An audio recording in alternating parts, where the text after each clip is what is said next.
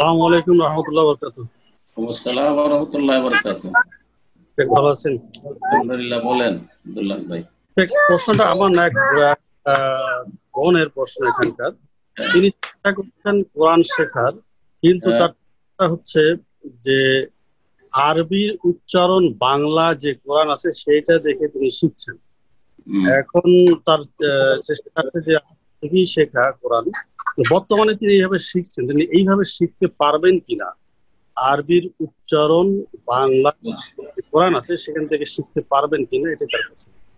আরবির উচ্চারণ অন্য কোনো ভাষায় যদি লেখা থাকে, ইংলিশে অথবা বাংলায়, তো সেটা তো মোটেই শুদ্ধ উচ্চারণ হবে না। সুতরাং সঠিক ফতোয়া এই ক্ষেত্রে হচ্ছে, বরং আরব সমস্ত ওলামাদের ফতোয়া একমত, কোনো আরব ওলামাদের ইখতিলাফ নেই যে অন্য কোনো ভাষা দিয়ে কোরআন শেখা জায়েজ নয়। বাংলা অক্ষর দিয়ে লেখা আছে, ইংলিশ আপনার অ্যালফাবেট দিয়ে লেখা আছে আপনার কোরআন বিসমিল্লাহির রহমানির রহিম আলহামদুলিল্লাহি রাব্বিল আলামিন, আর সেটা পড়বেন দিয়ে শিখবেন না, মোটেই জায়েজ নাই। কারণ এতে হা পড়বেন না হা পড়বেন, হ্যাঁ, জিম পড়বেন না যা পড়বেন, হ্যাঁ, না জাল পড়বেন, দদ পড়বেন, মোটেই হবে না, মোটেই হবে না। ত পড়বেন না তা পড়বেন, টি দিয়ে লিখবেন, কি করে বুঝবেন? অনেকে এই যে সাকে টিএস দিয়ে লিখে, টিএস দিয়ে সা হয় নাকি?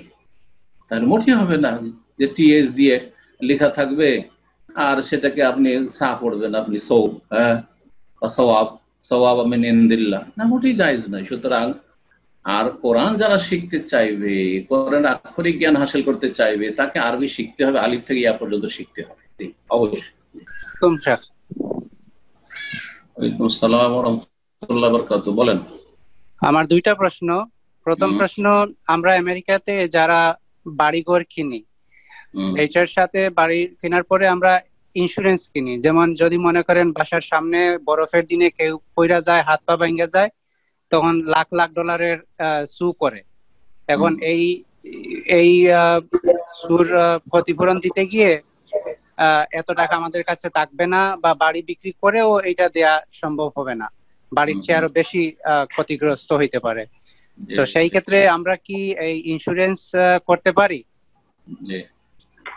ইন্স্যুরেন্স মানে হচ্ছে জুয়া, বিমা, বিমা হচ্ছে জুয়া, কথা বুঝতে পেরেছেন?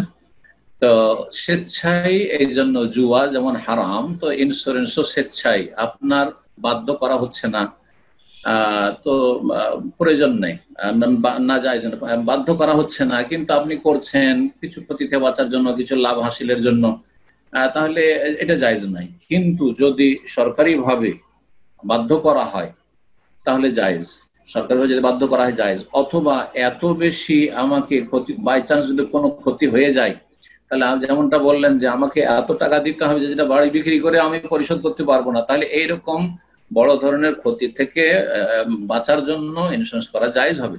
দারুরাত তুবিহুল মাহযুরাত, ফিকহের কায়দা হচ্ছে একটি, যে মানুষ যখন নিরুপায় হয় তখন নিষিদ্ধ জিনিস জায়েজ হয়ে যায়। নিষিদ্ধ যেটা হারাম না জায়েজ, মানুষ নিরুপায় মুত্তার হলে, মজবুর হলে জায়েজ হয়ে যায়। তো এটা হচ্ছে মজবুরি। কিন্তু শখ করে লাইফ ইন্স্যুরেন্স করে রেখেছে কেউ, না না, লাইফ ইন্স্যুরেন্স করা জায়েজ নাই। বাড়ি ইন্স্যুরেন্স করে শখ করে, না, জায়েজ নাই।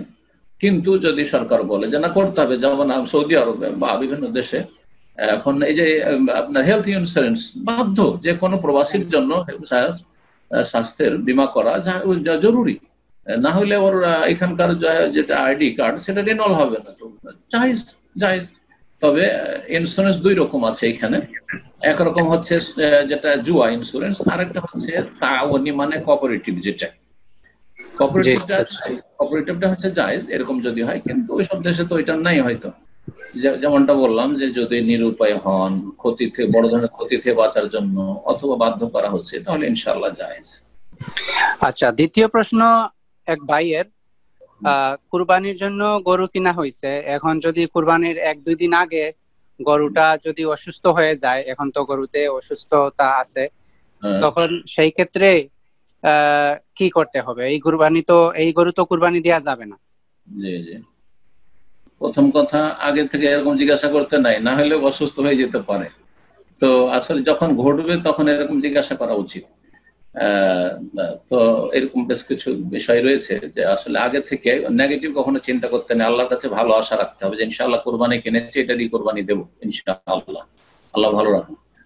তো যদি এরকমটা হয়ে যায়, আর কোরবানি এমনি অসুস্থ হয়েছে কিন্তু মরমর অবস্থানে যে মরে যখন জবাই না করলে হয়তো মরেই যেতে পারে, যদি এরকম আশঙ্কা হয় যে জবাই না করলে মরে যেতে পারে, তাহলে জবাই করে খেয়ে ফেলেন, অসুবিধা নেই। আর তারপরে পয়সা থাকে, সচ্ছলতা থাকে, তাহলে কোরবানির পশু কিনে কোরবানি দেবেন। কোরবানি দেওয়ার জন্য 4 দিন আছে, 10, 11, 12, 13, সঠিক মতে 4 দিন পর্যন্ত কোরবানি দেওয়া যাবে। আইয়ামে তাশরিক 11, 12, 13 দেওয়া যাবে, আর 10 তারিখ তো কোরবানি দিন এমন নাহার আছে।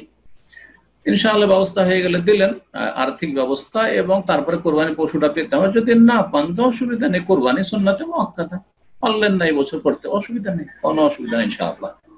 শেষখানে বলবো যে এতক্ষণ দীর্ঘ প্রশ্ন উত্তর হলো, কিন্তু কোরবানি কাছে আসছে, হজও কাছে আসছে। যদি এবছর হয়তো হজ সবার জন্য নাই, সেজন্য হজের প্রশ্ন হয়তো আসবেও না, কিন্তু আশা করছিলাম যে আপনারা হয়তো কোরবানি বা ঈদ, ঈদুল আজহা বা কোরবানি সম্পর্কে মাসাইল জিজ্ঞেস করবেন। বললেন না, আগামী ইনশাআল্লাহ আলোচনাগুলিতে আপনারা চেষ্টা করবেন যে আমরা কোরবানির মাসাইলগুলি নিয়ে আলোচনা করব বা প্রশ্ন উত্তর করব এই কোরবানির মাসাইল সম্পর্কে।